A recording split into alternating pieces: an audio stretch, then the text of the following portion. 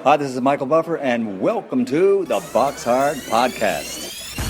Hello, everyone. This is Mikey Garcia. It's the monster from the swamps, Regis Rougarou Prograde.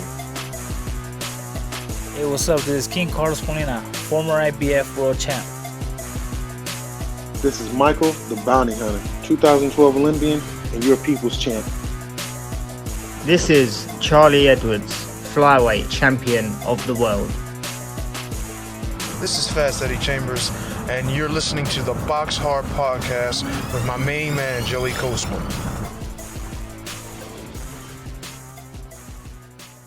Hello everybody and welcome to episode 325 of the BoxHard Podcast. I'm your host Joey Coastman. I'm joined as ever by former heavyweight world title challenger himself, Mr. Fast Eddie Chambers. Eddie, how you doing, man? I'm good, my man. How about you? Always good when speaking with you, my friend. We are not going to be doing too much speaking, though, this week. Only one event to review, which we're going to do straight away. And then we're going to welcome our special guest this week. And then after that, I don't even think there's any news at this moment. So the outro pretty much will disclose any news if there is any. And there's nothing to preview either because there's no boxing this weekend. So let's just get straight into it then. The one card took place at the Seminole Hard Rock Hotel and Casino in Hollywood, Florida.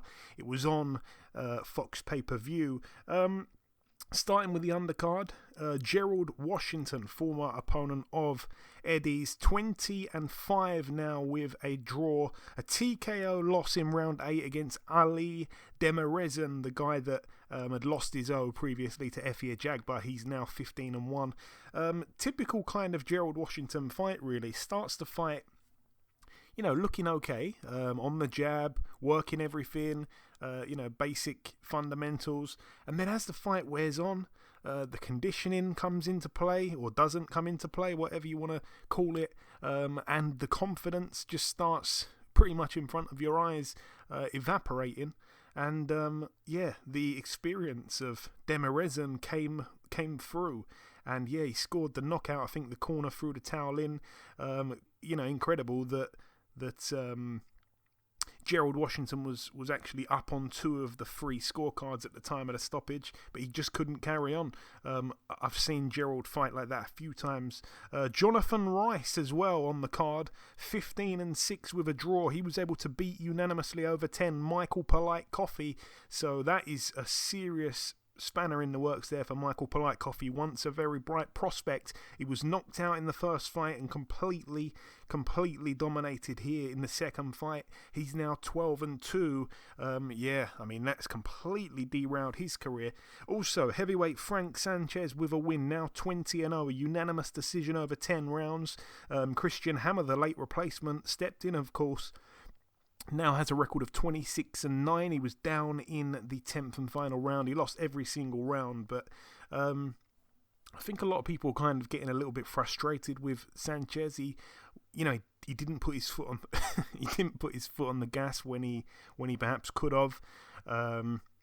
You've got to take into account how old he could be, which is the same kind of situation for our main event, which we'll get to in a moment. But yeah, to think that Christian Hammer, his last fight, he completely quit against Hughie Fury, who no one's really banging the drum for, unfortunately, Still a young enough guy to make some noise in the division and all that. But Frank Sanchez, who some people are really high on, I've never understood why, to be honest with you.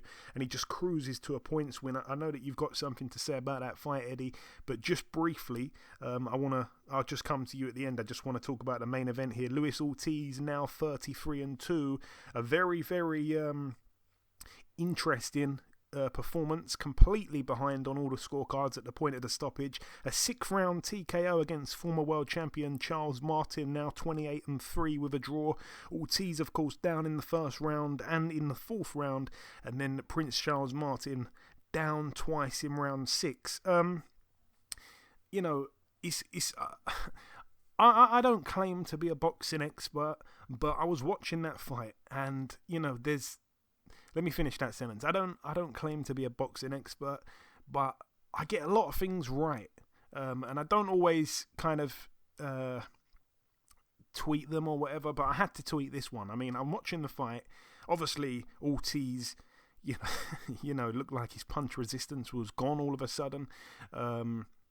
Charles Martin performed really well. Now, I have always thought Charles Martin is actually better than 99% of people think he is. I'm not sure why people think he's so bad. I think people just look at how Joshua got him out of there and they think he's absolutely useless. He's never been useless. He's always been quite good. And I tweeted right after the stoppage, I think in summary of what I've seen tonight, Prince Charles Martin is better and always has been better than a lot of people gave him credit for.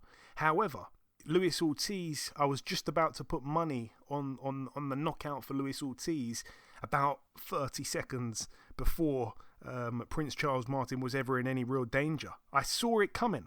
Not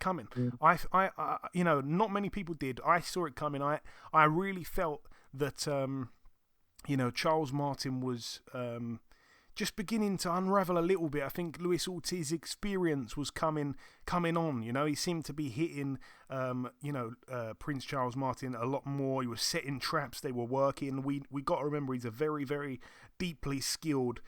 He's got that pedigree, the Cuban. But yeah, that was just my views on it. I could see the stoppage coming before it came, and I didn't place that bet. But yeah, unbelievable comeback. His children were ringside crying their eyes out. It was quite difficult to watch that. I hope that, they're not there next time when he fights, because they were upset, and rightly so. It was a terrible start to the fight for Ortiz, but he did come through in the end. And the initial shot that hurt Prince Charles, he had no idea where he was. It reminded me a little bit of Price Povetkin or Harper against Baumgardner. Completely didn't know where he was for a while, and shock him really, because up to that point he boxed brilliantly, and it all slipped away in a second. That's my view really on the entire card, Eddie. So if you want to go back and look at any of those other fights and say a word on them or whatever, or just talk straight about the main event, take it away, my friend. Okay, well, as far as the Gerald Washington, I really didn't see, or the Michael Bryant coffee, so I really can't weigh too much on it. But I just, I watched Gerald, and some of the fights that he's been in, including the heavyweight title shot that he had, he just unravels so quickly because of I think it's a lack of experience and understanding of conditioning. I think maybe things that he does in camp might not be there. His understanding of how to deal with punches too, and the pressure of boxing and being, it being so focused on you. Sometimes for guys who are new to the game, it kind of swallows them up a little bit, once you get to a certain level. So, I'm not sure about that. As far as Michael Coffey, man, that's just so unfortunate.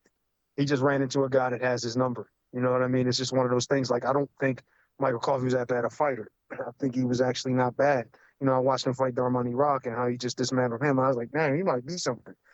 And then to get in there with a guy like this, who is obviously a lot better than his record, and he's one of those spoilers that you get in the ring with and you just don't expect them to be anything, and they just turn out to be the hardest fight you ever had.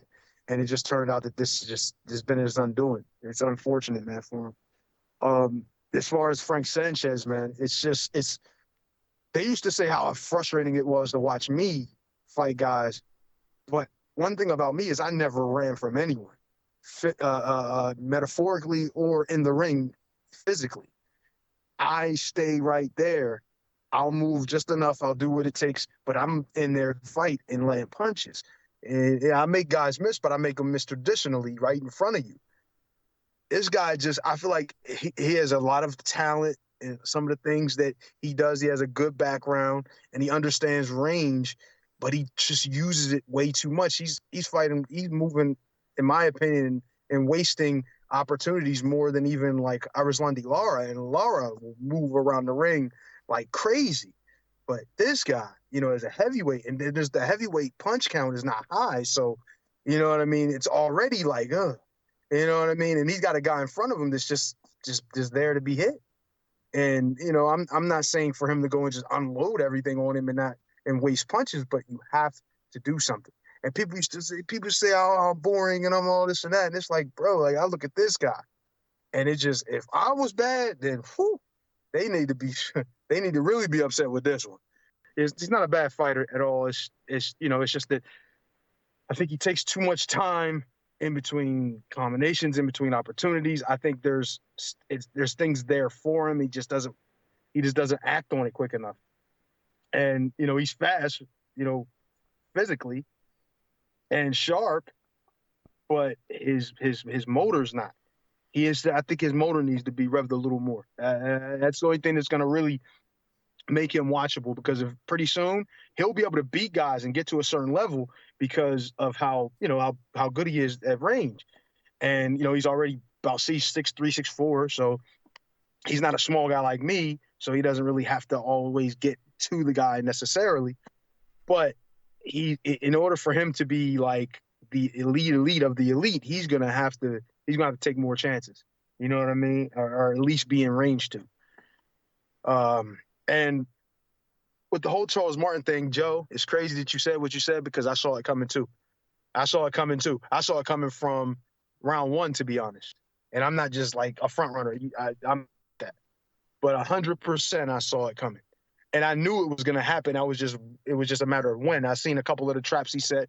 I seen like a couple of the counter right hands he threw off of Charles Martin. Even though Charles Martin was doing some good things, I think it was a little bit fool's gold, because the success he was having, I think it was just circumstantial, like in positional. I think it was certain shots that Ortiz was getting hit with based on being the southpaw versus southpaw, that he wasn't really used to it. And you could tell that he was getting hit and he couldn't understand why the hell he was down. Like, how the hell I get with that bullshit shot?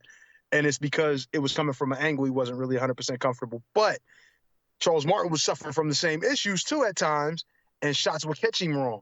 And I knew eventually it would come, because the cream always rises to the top. And that doesn't say that Charles Martin is not good, but I just think Ortiz is a slightly higher level, you know what I mean, skill-wise. And I think it ended up showing when he finally caught him and got him out of there.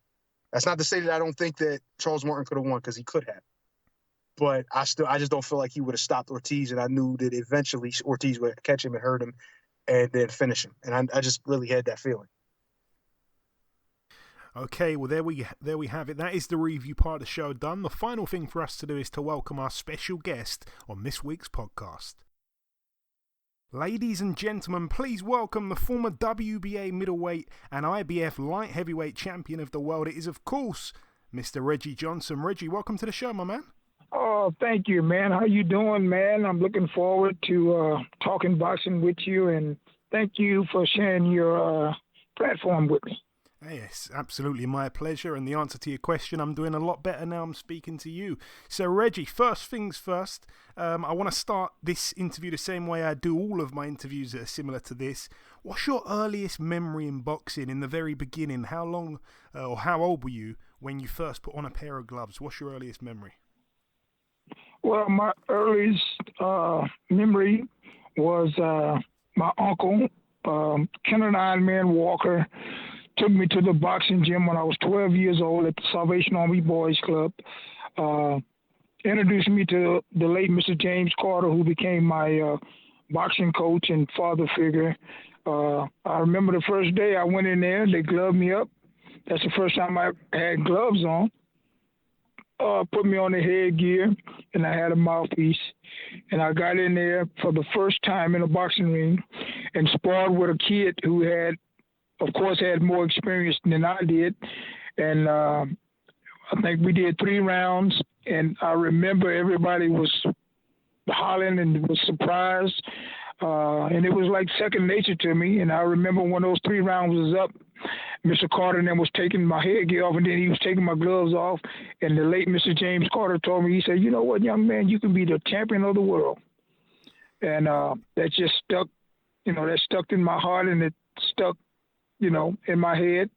And keep in mind, I was an active little kid. I played football, which was my first love. I played basketball. I even did the wrestling and even baseball. But, that was the last time I ever played any one of those other sports that day, when I put those gloves on. Wow, man, that's a brilliant story. I love hearing people's first ever stories. That's up there with one of the best I've heard. Obviously, you boxed as an amateur. I believe you had just over 100 amateur fights. You won, I think, 96 of them. What was your favourite or proudest moment of your amateur boxing career, Reggie? Well, I think the proudest moment, it wasn't even a fight. I grew up real fast. My mother had me when she was 14. I had two twin sisters who was 4 years younger than I was. My daddy was locked up at the time. I had a job at 14. I was working at a Kroger's, which is a grocery store here, a large grocery store, a noted grocery store here in America. And I was working there, and the president, the head manager, was in touch and had a relationship with my mom and the late Mr. James Carter. And then there was a vice president. This guy was real rude. I can still remember he had a cigar. He smoked a cigar. And the way he handled people and talked to the people that was working there. And you know, during this time, keep in mind, even at 14 years old, I was a noted boxer in the area. Everybody, you know, telling me you're going to be champion, but boxing, had a job, was making money, helping my mother. But this guy, one day, to make a long story short, one day I had clocked out and I was behind the counter looking at the calendar to see when I come back to work. And that rude assistant manager asked me to go do something. And I said, oh, I already clocked out. And he said, I don't give a damn, do it. I said, excuse me? He said, I said, do it. And before I know it, and keep in mind, this is a build-up. This ain't nothing I'm proud of. I'm just telling you the true story. I think I hit that guy with a 7 or 8 piece. I'm 14 years old, man. I'm a little boy. And blood everywhere, and this dude is out. He's out. And I remember this, sir. I took off running, ran out the store and ran home. And I never forget, man. And I was about 1.5 miles, 2 miles from where I lived at, and I got there and knocked on the door. My mother opened the door, and she could saw that look on my face, and she's like, "What's wrong?" And I told her what happened, and my mother was really upset with me because, like I said, she had a relationship with the head manager, Mr. Carvajal, and that was his name, Mr. Carvajal, and I told her what happened, and my mother was so upset with me, this and that. She called Mr. Carvajal, and we ended up going up there the next day. We go upstairs to his office, me, my mom, the guy that I hit, and there was a couple of other workers that went up there. And Mr. Carvajal told me, he said, Reggie, man, we support you. We make sure you can go to your amateur fights. Man, you're going to be the champion of the world one day. You can't just go hitting people like that, this and that. And then he looked at the guy. He said, and he told the assistant man, he said, listen, when this guy tell you that he's already clocked out, all the people working here, you could have got somebody. Why would you do that? This and that. But then at the end of the day, Mr. Carvajal said, listen, man, I would like to put this behind us. Can we move forward? Everybody agreed. I came back to work, was working. I'm still saying the same thing with this guy. One day, like I'm talking about this, like 7 days, 8 days later, I go looking for Mr. Carvajal. I say, and I found him over there in the fruits and the vegetable thing. I said, Mr. Carvajal, I need to talk to you. He said, Reggie, anything? What's wrong? He said, what's wrong? I said, no, everything is good. So we went upstairs. I talked to him. I said, listen, man, thank you for letting me have this job back. I said, but I can't work around this guy. I'm going to end up getting in deeper trouble, this and that, and boom, boom, boom. But I'll never forget, man, it was a long walk home. That mile and a half, 2 miles turned into 10 miles, man, because I was walking slow, trying to figure out how I'm going to tell my mother. But to make this a little shorter, when I get home, I knock on her door. My mother opened the door. She see that look on my face. She said, what the hell you done did now? And I said, Mother, Mama, I didn't do nothing. I said, I had to quit that job. I can't be around that guy, this and that, this and that. And my mama said, oh, my God, boy, I thought you didn't put your hands on that man. She said, I got something for you. My mother go in her room, come out with all this mail. She find the mail that belonged to me, and it was open. And I flipped it over, and when she gave me, looked at it, it had my name on it. I said, Mama, why would you open my mail? She said, God damn it, boy, I'm your mama. I can open your mail. So, you know, so I opened the mail and started reading it. And it was the invitation to the USA boxing team on my first tour, Sweden, Germany, Denmark, and Japan. And, brother, that was perfect timing. And, you know, my life, everything just took off. Brilliant, man. I wonder where that guy is. I wonder if he's still working in a grocery store. Maybe. I wonder if his attitude has changed to some of his co-workers now. Getting on to your... I hope so, but I still talk to Mr. Carvajal because every holiday he do something at his house. I didn't make it this year, but the head manager, man, I still in touch. He worked for that company for 52 years. Wow. But yeah, Mr. Tarver. I still have his number. I'm still in contact with him whenever he do charity stuff because I'm a big community activist all over the world, especially in my hometown. Whenever he's doing something, I'll support him. Excellent, man. And moving on to your pro career, Reggie, your pro journey began August 14th, 1984 in Texas. You beat Mark Henderson on points over 4 rounds. Tell me what you can recall about your pro debut. And am I right in saying you made your debut, was it 2 weeks before you turned 18? Yes, it was, because I turned 18 August 28th. Yeah, I was 17 when I turned pro, signed the contract. My mother had to sign my contract with me.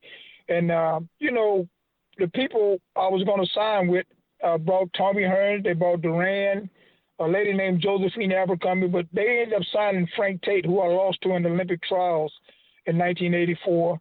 And Mr. Carter, he wasn't too happy about that. They signed him when all the while I was with them, even when, I was still fighting amateur because they knew, those people believed him and knew that I would, turn pro and do good as a professional. So Mr. Carter went and found a group of people who was boxing. They weren't boxing related people business-wise, but they loved boxing. And at the age of almost 17, at the age of almost 18, I got a $250,000 contract, brand new car. And I signed with those guys. I think they did probably my first 10, 15 fights, something like that. And it was called the May Group, and everything was going well. Then I fought another top amateur fighter that was from Louisiana in my 7th pro fight and lost a split decision. A fight that I should have won, but I was more worried about going to 8 rounds, the first time going to 8 rounds, than going in there just fighting. And I lost a split decision to him. And, I learned a lot from that. You leave it all in the ring, like they say. Yeah, because I was going to say, obviously, you made your pro debut. By December of that year, only 4 months later, you're already 6-0. You close out the year strong. And then, January of the following year, that's when you lose to Adam George over 8 rounds. A loss, Reggie, early on, because it was really early on, only 5 months you've been a pro. A loss early on can either, make you or break you. I want to ask if you'd agree with that, and did it turn you into a better fighter in any way moving forward, that loss? Oh, absolutely, when you think in retrospect. But, when you lose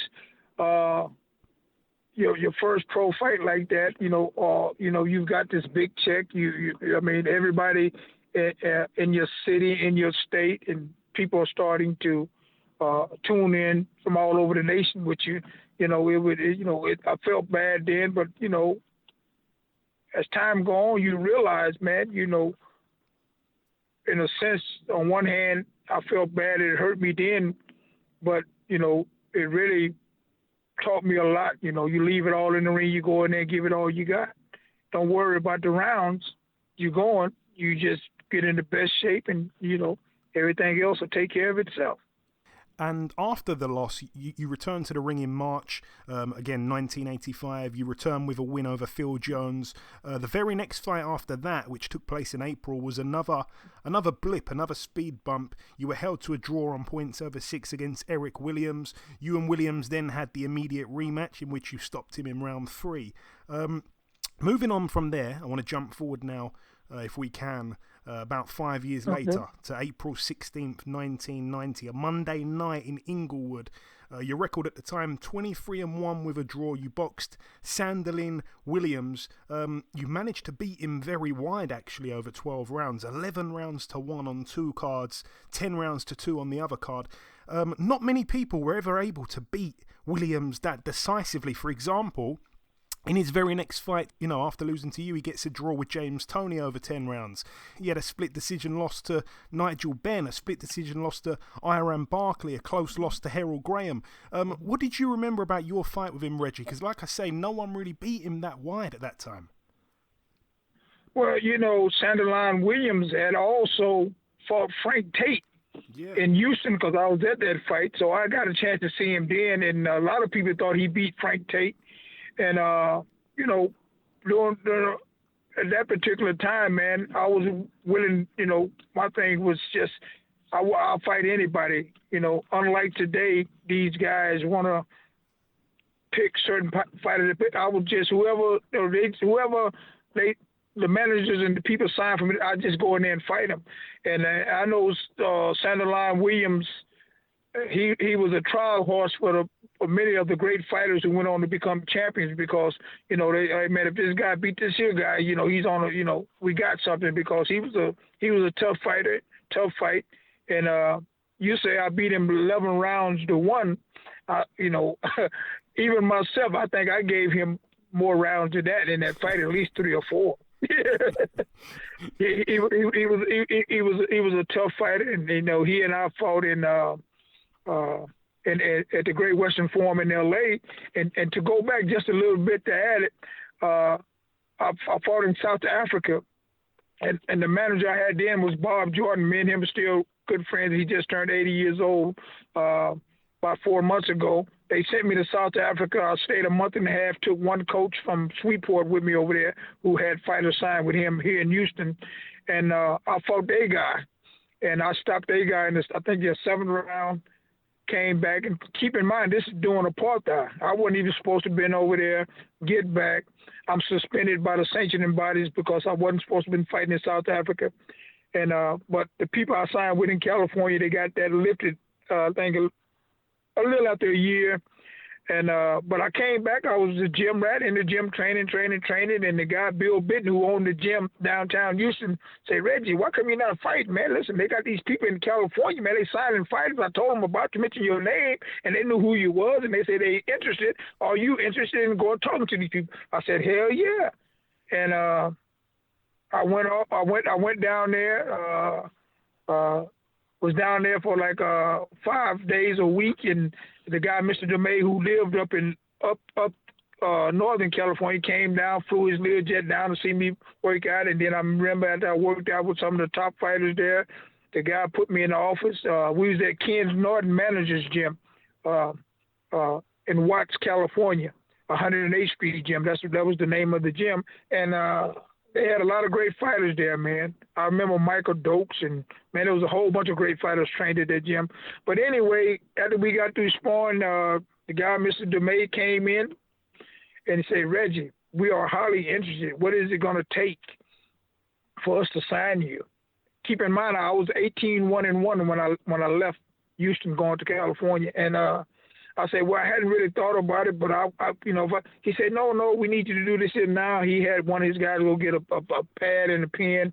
He said, sit in here and think about it, man. Just take your time. And, everything I wrote on that paper, the man came, he looked at it for a little while. He said, done deal. And, of course, I wrote new car, X amount of dollars, getting me a condominium, all that stuff. They did it. And I'll never forget, I came back home. I was staying in a 2-bedroom apartment, came back home, put all that stuff in storage, went back to California. I didn't come back home till after a year. I was the busiest fighter in the world. I think for my first fight there, they put me in with a Hispanic guy who was a trial horse like the other guy, and I stopped him. This guy was going the distance. I stopped him. We was fighting at the Great Western Forum, and I think over there, I think it was 19 months or something like that. I think I had fought like 12 times, and I won USBA belts and all that stuff. I was the busiest fighter in the world, and to the point I became the number one guy and became James Toney's mandatory. Yeah, and that brings us in nicely to my next question. Obviously, Saturday, June 29th, 1991, the Hilton Hotel in Las Vegas, you challenge for the IBF middleweight world title against the then champion, the undefeated 26-0 with a draw, James Toney. At this time, you're 29 1-1. You had him down in the second round.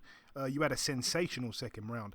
But he gets up, he wins a split decision after 12. The place erupted in boos. Tell me what you remember about that fight, Reggie. Well, before I point on that, I'd like to bring this to your attention also, which you probably already know. I was the number one contender by 2 of the sanctioning bodies, number 2 by 1. I was Michael second to none's mandatory, and he had got another political buy to fight James Toney. James Toney beat him, and a lot of people don't really understand this. Here when I tell them, after James Toney upset Michael Nunn, he fought me 6 weeks after that fight because I was the mandatory. Now that fight with James Toney, till this day, it's a fight in my heart. I know I won. Even if you go back and watch that fight, even when I knocked him down in the second round, you can see the female judge hit the desk that she was at, and she was looking dead at me like she was upset I knocked him down. That was the same lady that had me 4 points behind going into the last round. Also, if you watch that fight, when the fight is over, they getting ready to tell who won the fight. As soon as the bell rang at the end of the round, you look at my corner and look at James Toney corner. They know the way they reacted. They knew they had lost that fight, and my corner was happy, jumping, knowing that we had won the fight. But I always tell people this, man: you live and you learn. James Toney learned from that. Man, he became one of the greatest fighters in our era that could fight in any era. And him moving up, fighting the guys, those big heavyweights, and beating the great Evander Holyfield. And I mean, it only adds credibility to my name. And like I tell everybody about Ali, you can't mention Muhammad Ali's name without bringing up Joe Frazier, or you can't bring up Joe Frazier's name without bringing up Muhammad Ali. And I kind of like to think the same thing should be with me and James Toney, but once again, when we fought, my name never came up again because they knew that James Toney really lost that fight, and they knew that he couldn't beat me because the way I fought. And 6 months after that controversial loss to Toney, you bounced back with a second-round KO over Melvin Wynn in Pensacola, Florida. Your next fight takes place April 22nd, 1992 in New Jersey, a Wednesday night. You boxed for the vacant WBA middleweight world title against the future two-weight world champion, the very tough Steve Collins. The fight ends in a majority decision victory for yourself.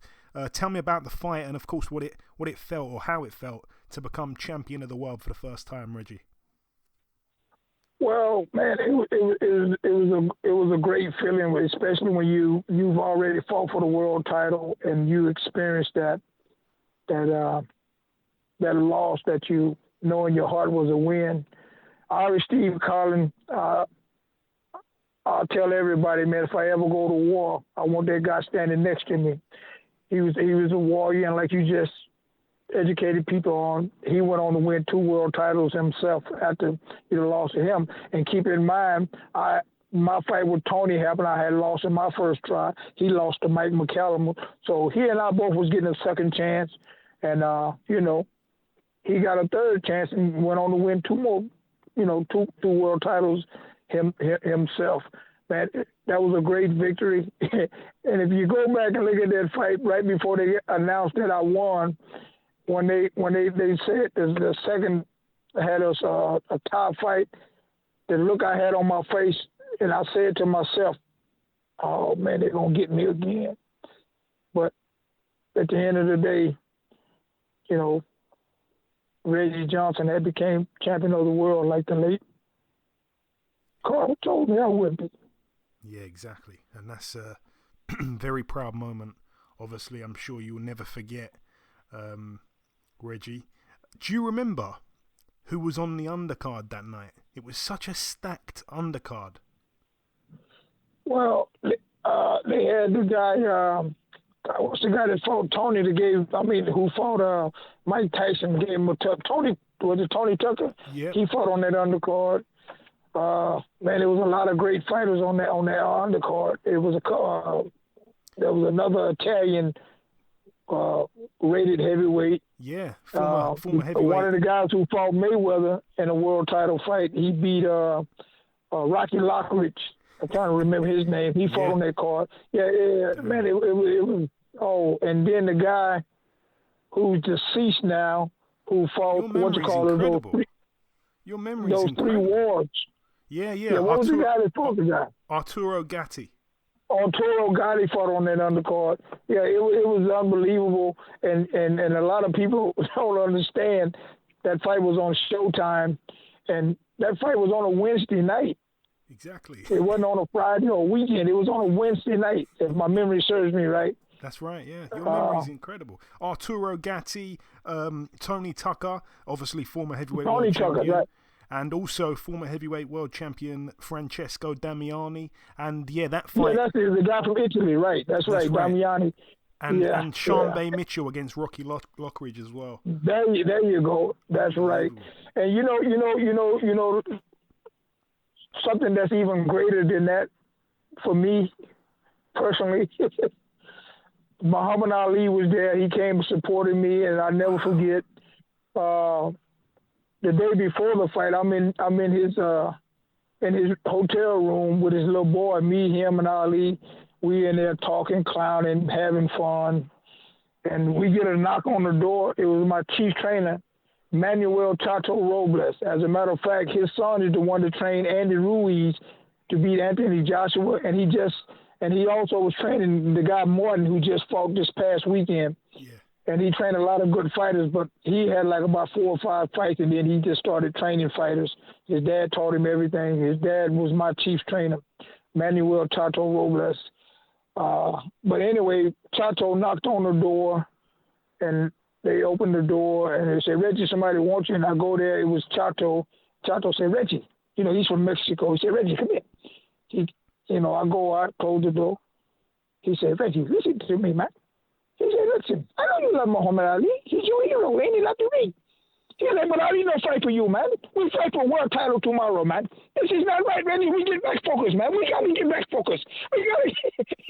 He like went off on me. I said, okay, Chato, okay. So I go back in there and tell Ali, I say, "Ali, that's Chato, man. He's a little upset. We got to get back focused." And he right. I said, "I'm going to have to go." And I told him, hug this little boy. And Muhammad Ali told me, he said, "Reggie, wait a minute. What'd you say his name is?" I said, Chato. He said, "Oh, Chato. He said, "You know what, boy?" He said, "Chato, right, man." He said, "I don't want you blaming me if that Irish white boy whoop your ass." Muhammad Ali was a character, man. He did magic, did all kind of funny stuff, man. That was my hero, man. I'll never forget those days. And he came to a few of my fights in L.A. at the Great Western Forum as well, before I fought for the world title. That is beautiful, man. That's beautiful. I had a guy, Lloyd Wells, who ended up being with Ali. That's how I got real close to Ali. Matter of fact, I was at his mother's funeral when she passed away, Mama Bird. That's what they called his mother. Yeah. Went and he gave me the tour. Went to his house that he was raised in. Took me to through his communities and stuff like that. Yeah.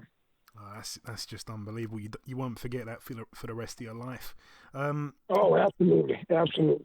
Your first defense of the title came 6 months later in Houston, Texas, a homecoming, October 27th against the undefeated Lamar Parks. You won the fight unanimously over 12 rounds. Tell me what you remember about that one, Reggie. Well, I remember that I was the underdog. I remember Lamar Parks was a guy that they had labeled to be a great champion. He was signed with Madison Square Garden. He's originally from North Carolina. I think I was 2-1, 3-1 underdog in that fight. What I remember most though, Evander Holyfield, who we both was on the U.S. boxing team at the same time. He was training here in Houston, and he told me, he said, "Reggie, you need to get with Tim Hallmark." That was his strength coach, who was a great swimmer in the Olympics, but he became a strength coach, Tim Hallmark. And I'm thinking about having to make 160 pounds. I had never lifted weights before I did this, the strength training. And I'm sitting here thinking, man, how in the hell am I going to make 160 pounds? I go put muscle on me and lift weights. But anyway, I went on and met with him downtown Houston, Tim Hallmark downtown, and he was talking to me. We were going back and forth, and, I was explaining to him what I just mentioned about making the weight. And I can make this story a little shorter. At the end of the day, Tim Hallmark said, Reggie, you just going to have to trust me. He said, Evander Holyfield and all these other guys, he started naming the guys that he trained, not just boxer, all the athletes. He said, all these guys trusted me. You're going to just have to trust me. And I trusted him. And that was the best move I ever made in my life, decision I made in my life, because I never felt that type of energy, that strength, and legs and, things of that nature. And, that I remembered, I beat him, a unanimous decision, being the 3-1 underdog. At the post-press conference, I told the media, I said, listen, this guy's going to be future middleweight champion of the world. Pretty soon I will be moving up to 68. And he fought his way back to number one. And I'm pretty sure you know the history of that. He was fighting Gerald McCullough, and he tested positive for HIV, man. And, even the young lady that he was with was his girlfriend. She passed away, but, I'm still in contact with even him. Lamar Parks, I always call and check on him, and he's doing fine. He's walking around about 220 pounds. He's still, you never tell he's still healthy, man.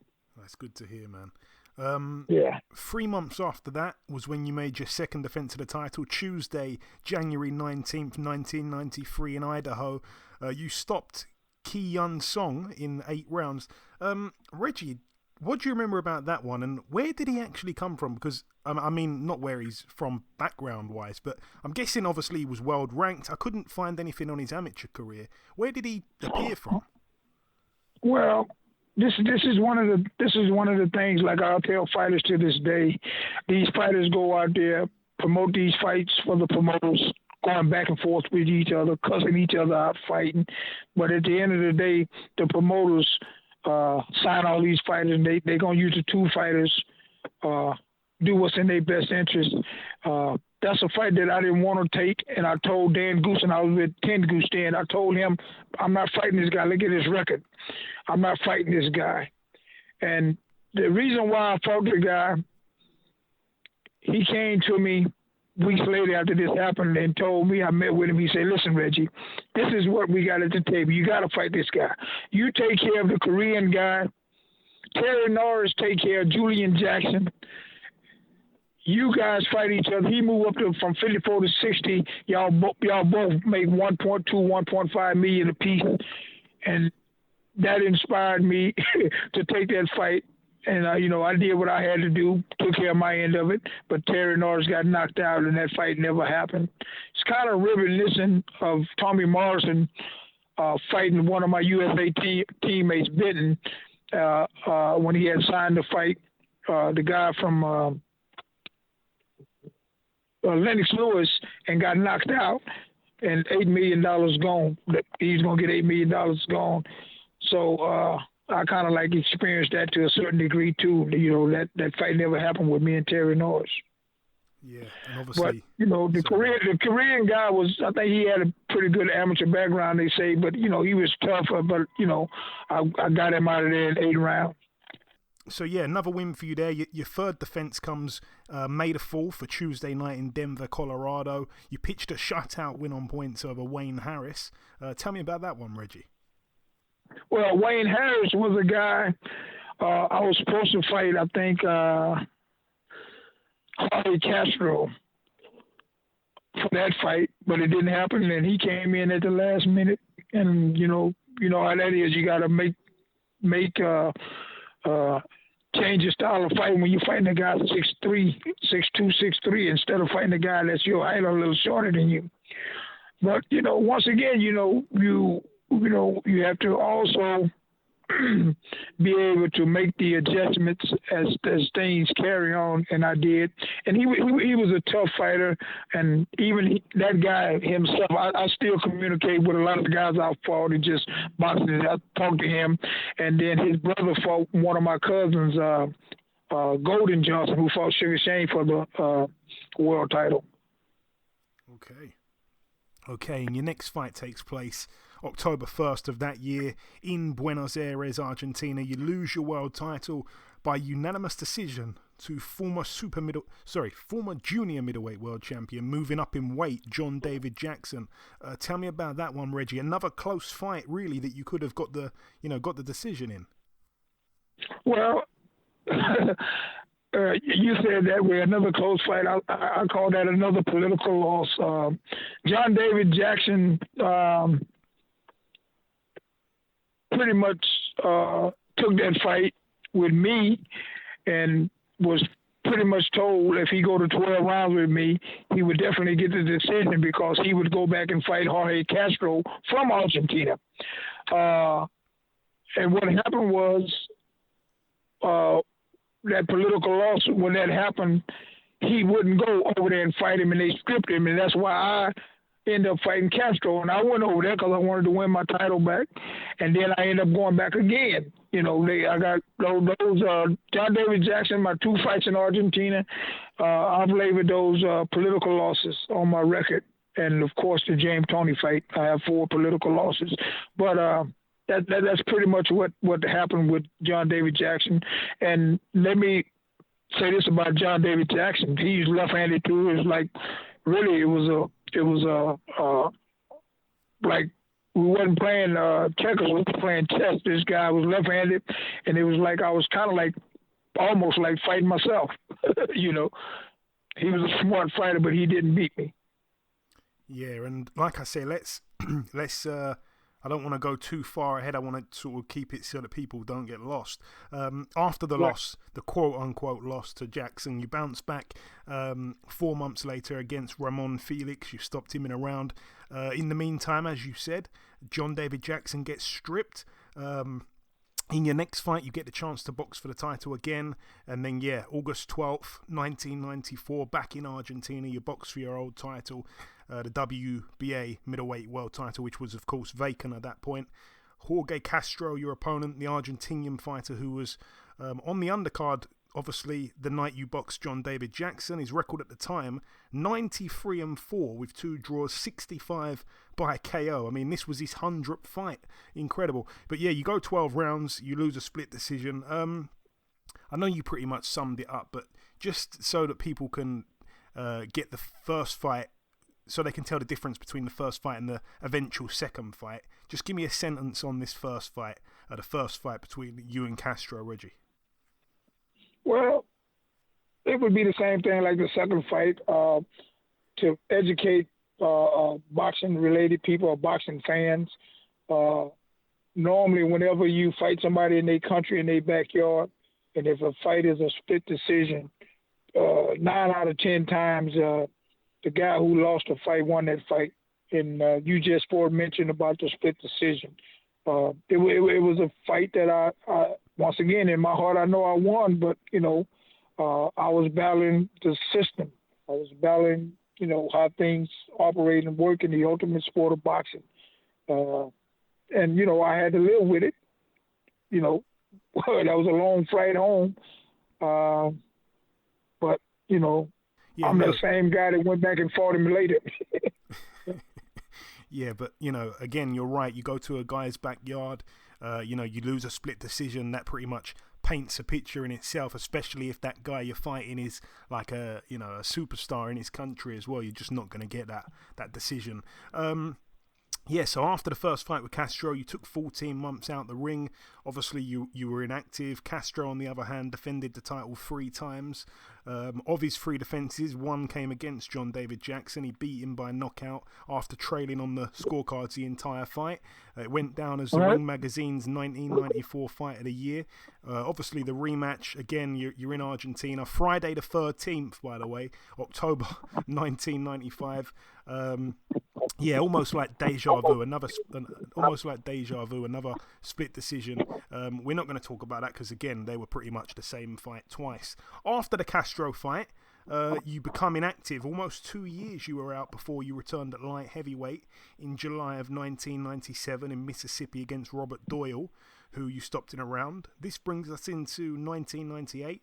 February 6th was the date you fight for the IBF light heavyweight world title against the then champion, the undefeated big punching William Guthrie. It was you, though, who scored the knockout win in round 5. He subsequently had to be removed from the ring on a stretcher. A huge knockout. Tell me about that fight and, of course, what it felt like to win a world title now for the second time in a second weight class, Reggie. Well, let me start off with how that fight came about. You know, I was a gym rat. I stayed in the gym. The guy who owned the gym, Bill Benton, got a call, and that fight was for Frank Tate, who I lost to in the Olympic trials. They wanted to fight him, and he wouldn't take the fight. And Mr. Benton told the people at HBO, he said, well, do you have any ties with this guy? Because I have somebody to fight him, but he's not going to beat this guy. And he said, the guy from HBO said, get the hell out of here. Who you got that's going to whoop William Guthrie? And he mentioned my name. He said, Reggie Johnson. He said, the guy at HBO said, get the hell out of here. Reggie is a middleweight. He said, yeah, but no, Reggie's moving up to super middle, but I'm pretty sure he would consider fighting William Guthrie for a world title. And when he told me, I said, hell yeah, I want that fight. and I didn't really know who William Guthrie was.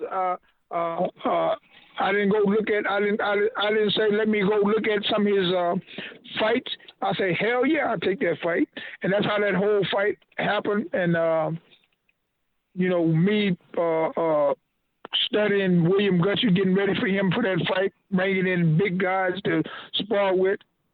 I realized, once again, what we didn't mention at the beginning of this, when I turned pro, the great Curtis Coates, the people hired to train me too. And the first thing Curtis Coates, first day I was in the gym with him, the first thing he said, Reggie, you see those legs?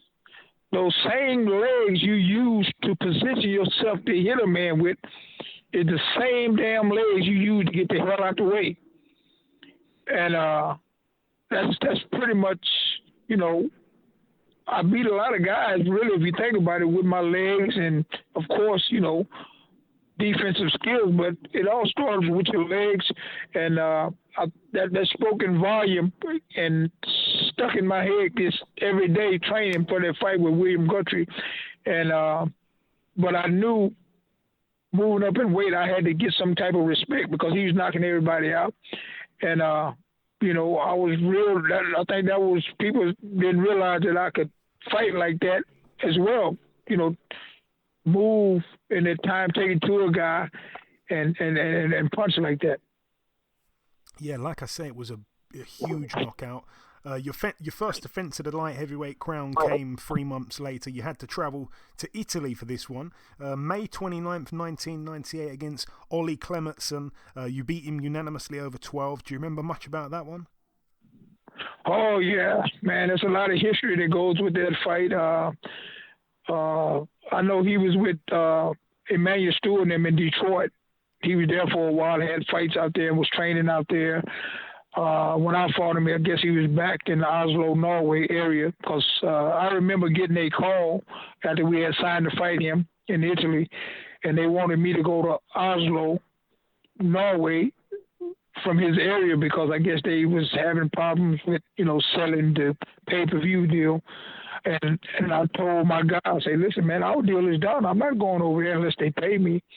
So everything worked in our favor. I got paid, I'm talking $75,000 to go over there. I took 5 guys. We went over there, did a press conference, this and that, to speed up to the fight, go over there. His manager and promoter was the guy who, Lennox Lewis, who we just had sued and got away from him, was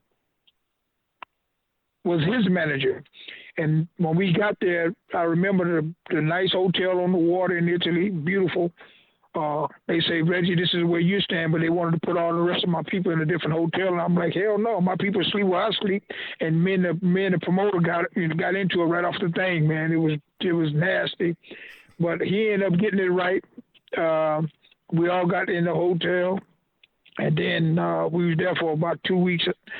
And one day they wanted me to do some stuff with me and all my crew out on the patio, looking at the water, playing dominoes. And I said, okay, no problem. We did it. Next thing I know, man, we see his whole crew walking over to the hotel where I'm at, and they had guitars because his dad and brothers, all of them, was musically inclined with guitar singing. And I never forget, we playing dominoes. I'm like, man, they didn't tell me they was going to do all this stuff. I got up, I said, let's go. And I was walking off, and I passed by his dad, who was playing the guitar, singing a song, bye-bye, Reggie, bye-bye, Reggie, goodbye. And, he was going to knock me out, talking about I'm going to get. And next thing I know, I started thinking about that. I say, man, they trying to get in my head. I'm going to get in their head. I snatched the guitar, broke the guitar. We started swinging, fighting everybody, and they got that settled down. And but anyway, man, that guy was by far, man, that guy is the dirtiest fighter I ever fought. And even with that fight, if you go back and watch that fight, you can tell that referee was working with the promoter because he letting the guy headbutt and do all this stuff. And I'm a clean fighter and I do what I do, but I've been taught by some great trainers, and I know all the dirty tricks if I had to use them. And I did some tricks on him that really, really, really. And at the end of that fight, at the end of the day, I ended up winning the fight. I go to the hospital because I tore my rotator cuff, but he was in there hollering, screaming because I broke his ribs real bad. And but I never forget after that fight, man. That when the fight was over, they announced me the winner. He came over to me and said, hey, man, Reggie, you should say you're sorry apologize to my dad, this and that. And I went and did it, and, that was it. And even him, I still communicate with him and his brother. His dad is deceased now. Yeah, his dad is deceased now. Okay, rest in peace. Yes. Obviously you broke his guitar. Your second defense of the title, 9 months later, February 27th, 1999 in Miami, Florida. On this occasion, you boxed Philadelphia's Will Taylor. You also beat him unanimously over 12. Tell me about that one, Reggie. Well, that Will Taylor fight was a great fight, and he had a noted trainer in his corner. So I'm trying to remember the fighter's name, but just knowing that, I knew that this guy, and then looking at his record, it was going to be a tough fight. But we went in and just made the adjustment and did what we trained to do after watching his films, and it was a tough fight. I think it was a unanimous decision. Yeah, the late Will Taylor obviously passed away. Yes. In another guy who's deceased. Yeah. As a matter of fact, I'll mention it later. Go ahead. I'm sorry. No, it's okay. Your next fight takes place a little less than 4 months later. You attempt to unify your title with the reigning WBC and WBA world champion at the time, Roy Jones Jr. The fight takes place in Mississippi, June 5th, 1999. You're dethroned by Roy after 12 rounds, a unanimous decision in his favour. Tell me about that fight and what it was like to mix it, obviously, with recent Hall of Fame inductee Roy Jones. And also, just before you get onto that, Roy Jones told me a story that he'd sparred with you, I think he said in 1991 maybe, and I think he only did 1 round of sparring and jumped out the ring. And he ended the spar because he said that God had told him not to teach you any ways on how to beat him, because he felt that one day he'd be fighting you for a world title, and it wasn't a good idea to spar with you. Years later, when you do eventually get the fight with Roy and he wins, he puts the win down to cutting short that sparring session. Is that true? Do you remember any of that? Oh, absolutely, it's true. As a matter of fact, I was there with Murad Muhammad 3M Promotions. He was down there. I guess he was trying to get Roy in, because eventually he ended up getting with Roy. But to make you understand this story, it was a fight there, and Roy Jones was supposed to have been on that card. I was fighting on that card, so we put my camp there. And, as a matter of fact, me and Roy sparred more than one day. We sparred like 3 days, and then he stopped coming. And I'm not saying that he stopped coming because of us sparring, but I know I had heard him a couple of times. Keep in mind, I had a lot more experience than he did in pro boxing, but that's when him and his dad was going through some stuff, and then he didn't even fight on the card, and I did, and you're right, he we never sparred again because like he said, he knew what was coming down the pipe, and people always say, what was your greatest fight?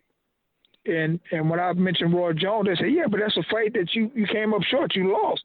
I say, yeah, but man, that was the most money I ever made in a fight. Not only that, that was history being documented. The undisputed light heavyweight championship of the world that hasn't been done since Michael Speaks. So till this day, I stand on that. That was my greatest fight. And it's kind of like the old school stuff. The best fought the best. You had two of the best in the division fighting each other. Yeah, no, a brilliant fight between two brilliant champions. It's good to get your side of that sparring story as well, because it's such a cool one. I really like that. Obviously, they say don't ever fight your sparring partners, and it's very interesting. 6 months later, you made your return to the ring, a win over Earl Butler on points. Then you're out the ring for just over a year before coming back and beating Chris Johnson, also on points. Then you had the rematch with Will Taylor, the guy you defended your world title against 2 years prior. Once again, you beat him by decision. That would be his final fight of his career. 8 months after that was when you had your final, I guess, big fight of your career, January 25th, 2002 in Rosemont, Illinois. You boxed for the NABF and USBA light heavyweight titles against the then champion and again future WBA, two-time IBF, two-time WBC world champion Antonio Tarver. The fight ends in a split decision again. Reggie, tell me about this one. Again, another close fight. You seem to have close fights all the time. Well, this is the reality of this split decision. I think the judges, if you're in that fight, when you win or you think it's close, you don't know if you win or not. Like, people would still come up and tell me, man, they stole that fight. No, Tarver won that fight. I remember in the third round that I experienced this for the first time. I got hit in my ear, and I got my eardrum busted. And I remember for like 3, 4, 5 rounds, all I could hear was, and I had to change my whole style of fighting because I also was educated that equilibrium, taste buds, eardrums, all that stuff is tied in together. For a while, I couldn't. When I eat, I couldn't taste my food. I ended up having a slight, a day out surgery on my ear. And Antonio Tarver won that fight. And once again, when you have fights like that, win, lose, or draw, you learn. And in time, those fights kind of like add credibility to your resume and to your record, because at the end of the day, look what Antonio Tarver did to the great Roy Jones. And just knowing that I was fighting guys on that, on that level, it speaks in volume. Yeah, it certainly does. And obviously after that fight, you decided to retire. You did, of course, come back, though, and have 2 more fights. One took place 3.5 years later, August 2005, a 9th round KO win over Fred Moore. Then your final fight took place 2.5 years after that, February 2008, a split decision win over 12 against former WBO light heavyweight world champion Julio Cesar Gonzalez, leaving behind, of course, a record of 44-7. With 1 draw, of course. Now, following your boxing career, Reggie, tell me what you can tell me about this. Obviously, for the listeners, I want to bring them up to speed and correct me if anything here is wrong. The month after your final fight, you get charged in Texas for theft of a reported sum of $120,000. It was in the wake of Hurricane Katrina and Hurricane Rita. The Red Cross, a charity, had apparently had given you this amount of money to put on a series of boxing camps for children to help the youth in the community following those tragic hurricanes. Again, reportedly, these boxing camps never took place, and subsequently you're convicted in 2010, sentenced to 12 years in jail. However, you're released just over 2 years later due to good behaviour. You've always, of course, maintained your innocence regarding these very serious allegations. What can you tell us about that situation, Reggie? Because, just what can you tell us about that? It seems crazy. Well, I can tell you a lot about that. Till this day, just like the James Toney fight, my heart, I know I won that fight. Until this day, I take a stand. And you just mentioned it. I was an innocent man. I did 3 years, 6 months, and 3 days as an innocent man. When I went to trial, I had some paid attorneys. Then I had some court-appointed attorneys. Neither one of them, out of those 4 attorneys, neither one of them would show the check that they gave me. The key thing is this camp was a summer camp. So I don't know what it is in your country, but the summer is normally over in like the 10th or something like that, September, early September, like the first 10 days of September. Yeah. September. And the check that they gave me, $121,000 and some change check, they gave it to me October 19th. And what I want to do, I'm gonna send you a copy of that check just so you could just have it and look at it and see. But now one of those attorneys, they didn't want to. If they would have showed the jury that check, and then that's another thing. When we did the research on it, I wasn't the only one who was doing camps. They had a whole bunch of different people. They had some police officers did stuff. They lost their jobs. It was crazy. But even that stuff, being talked about in my book, being brought back up, because that's something that I'm still standing on, and all that stuff will come back up. Because obviously, it's serious. Obviously, it's a lot of money. The picture that was painted is that this money's kind of stolen from an underprivileged children charity, right after a crisis. So, just in a nutshell, Reggie, you received the money and spent it on the camps, or what? Just in a real nutshell. No. When I first met with those people downtown Houston that they deal, I told them I was getting ready to fight Glenn Johnson. That's when I ended up fighting Julio Gonzalez, who beat Glenn Johnson, because the fight got pushed back. Glenn Johnson fought the other champion, and I said, you know what I'm gonna do? I'm gonna call the guy who beat him, Julio Gonzalez, who I knew from California anyway, because he used to, when he had about 12, 14 fights, he used to spar with me when I lived out there. So that's how that fight came up. So the fight was pushed back. So, of course, and they told me that we can do it the following Sunday if it didn't work, because I had a fight coming up. And all that stuff is documented, too, because we had press conferences and all that stuff in the state of Louisiana where the fight was going to take place, and where the fight eventually did take place with Julio Gonzalez. And Reggie, what was prison like for you, an ex-world champion winding up in jail? Did anyone try to test you out, try to provoke you, try to fight you? Well, I was in there 3 years, 6 months, and 3 days. I did have 4 altercations in there. But, a lot of people, of course, they're going to recognize you. That's the champion, Reggie. And then, the police officers know, the people that's working your cages, a lot of people know. But hey man, I'm a community activist the world over. Wherever I go, wherever I'm at, I like helping people. And me and another Muslim guy was in a tank one time. 2 guys came in there. want to fight people, take their commissary, mean their food and all that stuff. And he got one of them, and I got one of them. And you know, we control those guys. And one day I'm laying on my bunk in prison. It was on a Sunday because they had the NFL football games on. And I hear all these guys hollering this and that. And I jump up, I'm like, what's going on?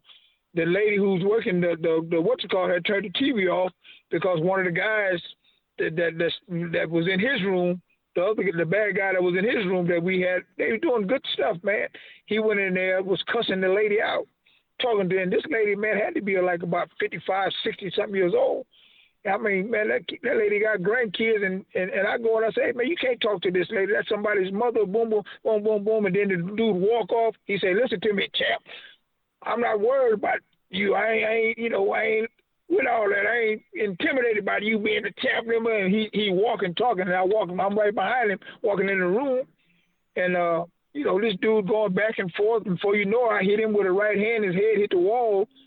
And, you know, when he fall out, his eyes is wide open, rolling up in his eyes. And, man, it scared the hell out of me. I just ran out of there. And, but anyway, the cops came in there. They put me in cuffs, put him in cuffs, and took us out that side door. And I'll never forget this. The lady who was working in there, she ran out the side door and said, wait a minute, what the hell you guys doing? That's the problem right here, not him. Take the damn cuffs off that young man. And they took the cuffs off of me. And I, you know, whenever you get into a fight or something, you had to go to medical. I went to the medical, man. When I came back, them guys had the TV back on watching the football game. Everybody just hollering. Like, you know, I thought, you know, it's like you didn't won a world title. Everybody, you know, rooting for you, hollering, you know. But, hey, man, it was crazy, man. And, like, I can tell I had 3 other altercations, man. But, you know, it's, you know, in there, man, if you stuck in a situation like that, man, you know, you just be yourself. And I love helping people, talking to people and getting them to realize doing the right thing is the best way to overcome anything. Okay, so I'm going to assume your Jow record was 4-0 as well. Yeah, 4-0 with 3 knockouts because one time this white guy, I was sitting there on the thing reading a book, and he came and asked me could he have the book next. I said, N.O. got it next. N.O. is a guy who's in Houston, but he's from New Orleans, Louisiana, and everybody called him N.O. And the dude asked me for the book, and I told him, I said, well, N.O. got it next. You got to get it from him. And so, you know, a little time go by, and the guy come back and say, champ, what a book is, man. I said, I told you N.O. had it next. And then this guy just lose it. He go crazy. Same thing. God damn it, man, I don't give a damn about no boxing. You supposed to give me the goddamn book. How are you? And he say, I don't care about boxing. He say, I'm MMA, motherfucker. And he say, like he knew karate. And by the time the dude talking, I'm standing up. And before you know it, I had to hit this dude, and boom, he hit the floor and hit the concrete, but this dude get up and shake his head and run at me again. I hit him again, knocked him down, and I held him down. By this time, all these people that ran in there, and he started fighting with the officers that came in there that was breaking us up. And when they came in, I said, hey, man, this guy's crazy. It's him, bro. It ain't me. And everybody in there was talking about, yeah, it's him. And they started fighting with him, man. And same thing, I just had to go to the medical room and just get checked. And I came back. And once again, when I came back in there, them guys was, you know, it wasn't as many of them hollering like that. But a lot of them, champ, you did what you had to do, man. You know, that type of stuff, man. But, you know, that was I don't want to say it was a great experience because, man, you know, I'm not built for that jail stuff, man. That's not my style. I'm 55 years old, man. I ain't never had a beer before in my life. Nothing foreign, never been in my system. Don't smoke, don't drink. I don't do that. I never did that. I'm from a Fifth Ward. Everybody know Fifth Ward, Houston is the ghetto. Everybody is just like Watts, California, Bronx, New York. You know, they got Fifth Ward, Houston. That's where I'm from. But I never got caught up in all that stuff because of, you know, mainly, I guess, boxing and just seeing what it did to my dad, my uncles, and the people in my community. Yeah, absolutely. And coming down to the last couple questions I've got for you, Reggie, these are kind of quick fire questions. You were so tough, obviously, you never got stopped. You've been in there with some huge punchers. Who hit the hardest of all the guys you fought in the pro ranks? Well, you know, I never really got caught real hard, flush on the chin or anything, but, you know, catching punches and feeling body punches, that guy William Guthrie was a big, you know, I moved up 2 weight classes. Of course, that was a strong guy. That dude Castro felt like he had something in his gloves. Maybe we should have had his gloves checked. That guy was a strong guy.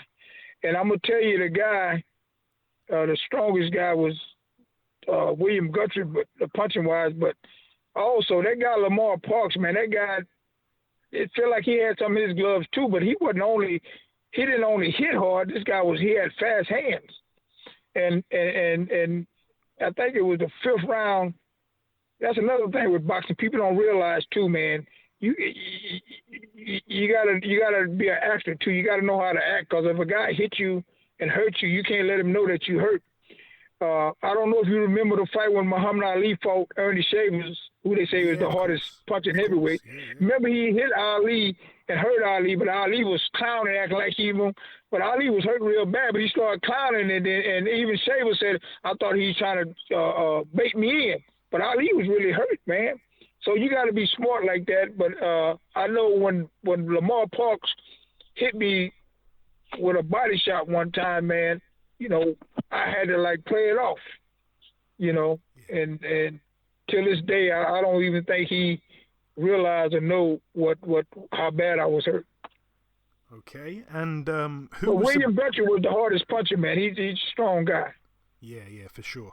Who was the best all-round fighter you ever shared a ring with? I think that's a question you can ask. You already know the answer to. I don't know. I would say it's tied between James Toney and Roy. Well, of course, Roy Jones. But if you go back and watch the James Toney fight, I fought on my terms. James Toney, I'm not saying it was an easy fight, but the way I fought him, you know, man, I mean, you know, I felt his power, but, you know, that was a fight that he lost. But, man. Roy Jones, yeah. Favorite win of your career, Reggie? Which one stands out as the most, I guess, important, significant?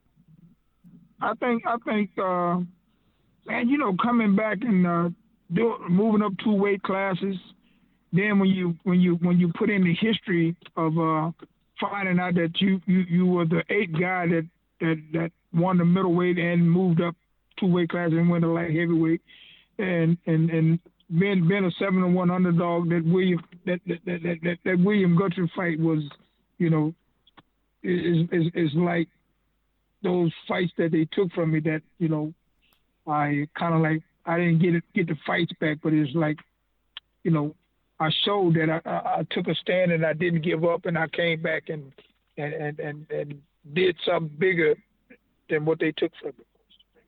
And I want to ask you as well, Reggie, is there anyone you wish you'd have had the chance to fight, but for whatever reason the fight never took place? I'm guessing there's a few guys.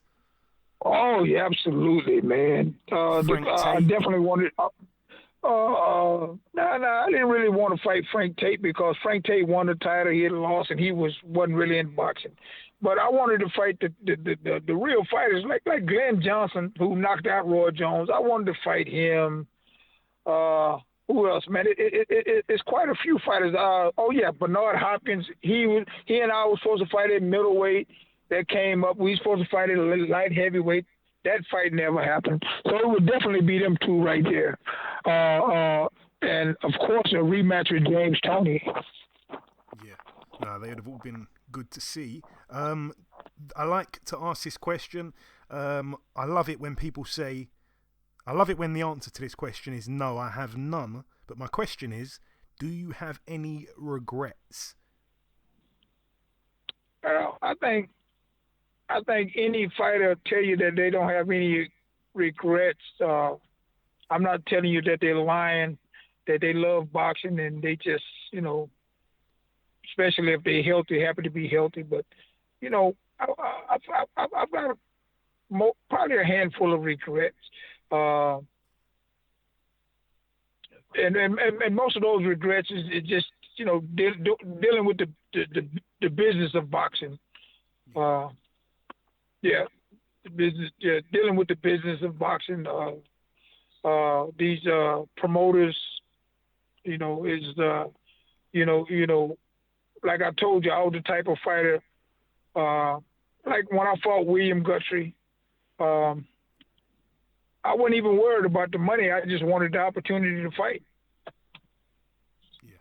Yeah. I got a regret with the state of California. I mean, I love California.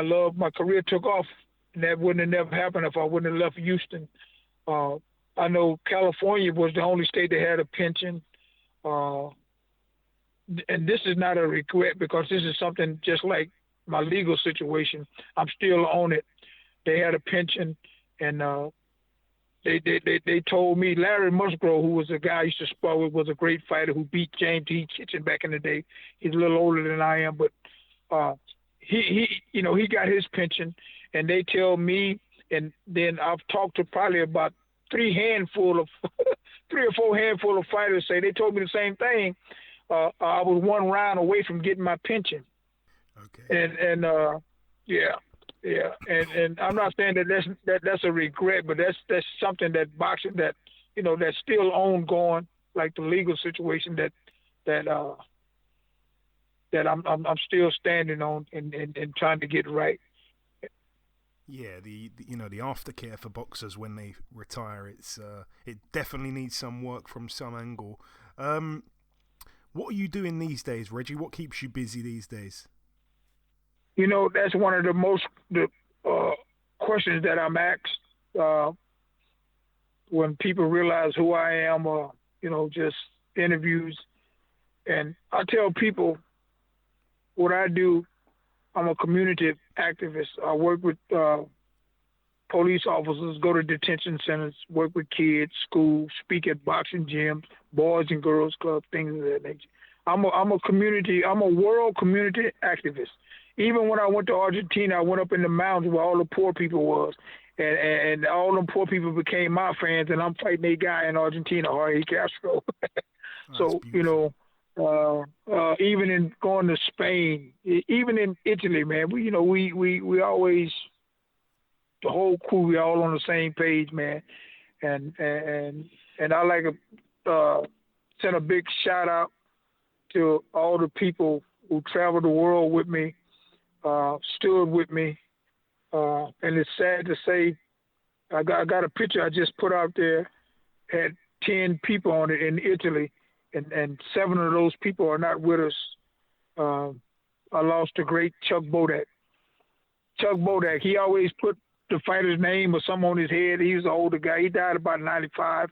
But Chuck Bodak, man, he was a great cut man. Great cut man. Yeah. My chief trainer, Manuel Chato Robles. Man, my dad, 2 of his friends who went to Italy with us. I got like a young man I grew up with, was like my little brother. He died, and he was younger than I was. I got an uncle right now who started me to boxing. He's right now battling stage 4 cancer, Ken Iron Man Walker. He's the guy that took me to the boys club and took me to the late Mr. James Carter. It's just, man, it goes on and on and on. And I'm a picture guy, man. I probably got over 75,000 pictures. I'm working on a picture book. That will be the first book that I release. It's just going through all them pictures and then realizing, man, this guy's gone. Oh, he's gone. My photographer, Skip Davis, he's gone. It's just, man, when you reminisce and then when you go back and watch the old films, all these guys in your corner working, and, you realize they're gone. They're not here. Yeah. Life is so short. Absolutely. My next question was actually going to be, a lot of people retire from boxing, they wind up unhappy. Obviously, the way your career went, the man you are today, 2022, are you a happy man? Oh, yes, I'm a very happy man. Happy to be here. I'm happy I got all my faculties. You got an incredible memory as well.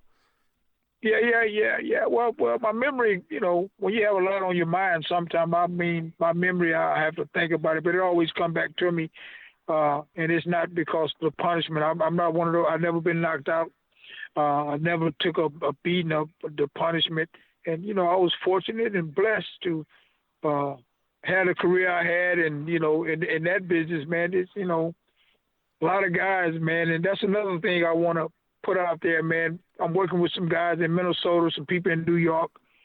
And we got a Champions, Forever Champions World Tour we're putting together, bringing fighters together, just traveling the world, connecting with the boxing fan, autograph shows, black tie events, dinner events, raising money for worthy causes. Man, us fighters coming together doing that, and you know, and we're gonna do this here. There won't be no promoters involved in this. That sounds a great idea. Hopefully, you guys wind up in the UK. There's a lot of people over here that would love to see you. I got a few people I'm talking to already over there. Ireland. Germany. Yeah, we're gonna definitely be there, and hopefully, I had that set up already for London, UK, Ireland, and Germany, and they pushed it back like 3 days, and then they just said we're gonna have to wait till 2022, Reggie, because of the coronavirus. Okay, well, hopefully it's all rescheduled with dates locked in. My final two questions for you, Reggie. I'm putting you on the spot a little bit here, but I think your good memory is going to have no problem with this. Favorite UK fighter, any era, who springs to mind? Oh, that's got to be Lennox Lewis, man. I love Lennox Lewis. I think he was a great fighter.